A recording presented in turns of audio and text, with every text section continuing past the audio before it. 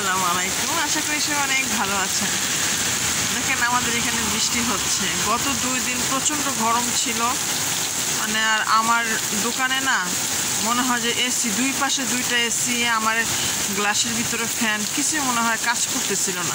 হয়তো বা এটা মানে সাইকোলজি থেকেই, যেহেতু আমরা গরম অত এখানে দেখি না, পাই না, মনে হচ্ছে যে কিছুই পাগলের মতো সবাই, শুধু আমি না, সবাই। কিন্তু আজকে এই বৃষ্টি দেখে মোটামুটি আলহামদুলিল্লাহ অনেক পরিবেশটা ঠান্ডা হয়ে গেছে। এখন সকাল 9:30, 10:30, হ্যাঁ, কিন্তু আকাশের অবস্থা যা, মনে হচ্ছে যে সন্ধ্যা 7টা 8টা। প্রচুর বৃষ্টি হচ্ছে, থান্ডার স্টর্মও হচ্ছে।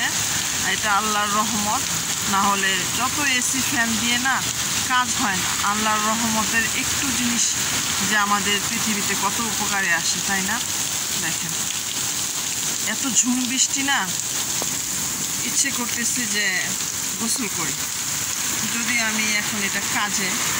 কিন্তু ঘটনা হয়েছে আমেরিকাতে কখনো আইসা এরকম বৃষ্টিতে গোসল করা হয়নি। কিন্তু 8-9 বছর আগে যখন দেশে গেছিলাম, তখন শপিং করতে গিয়ে হঠাৎ বৃষ্টি এসে গেছে।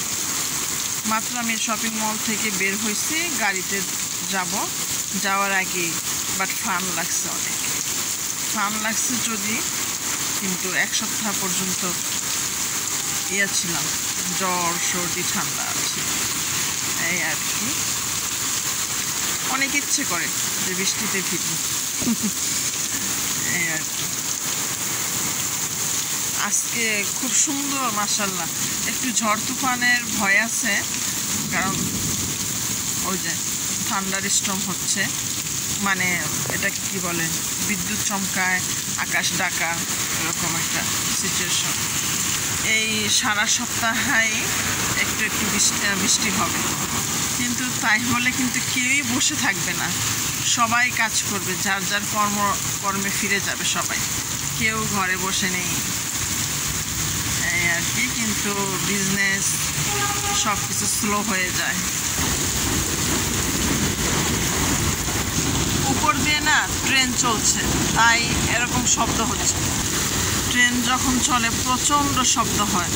এইদিকে আমেরিকার তো রাস্তার উপরে ট্রেন, ওই করে। ব্যস্ততম দেশে ব্যস্ততম জীবন সবারই। আরে দৌড়াদৌড়ি করে গাড়িতে না বসে গোসল কর, আমি হলে তো গোসল করতাম, এরকম সময় পেয়ে যায়। বৃষ্টিতে ভিজতাম, বৃষ্টিতে ভেজার একটা আনন্দই অন্যরকম। মাশাআল্লাহ, সবাই অনেক ভালো থাকবেন। হ্যাঁ, আসসালামু আলাইকুম।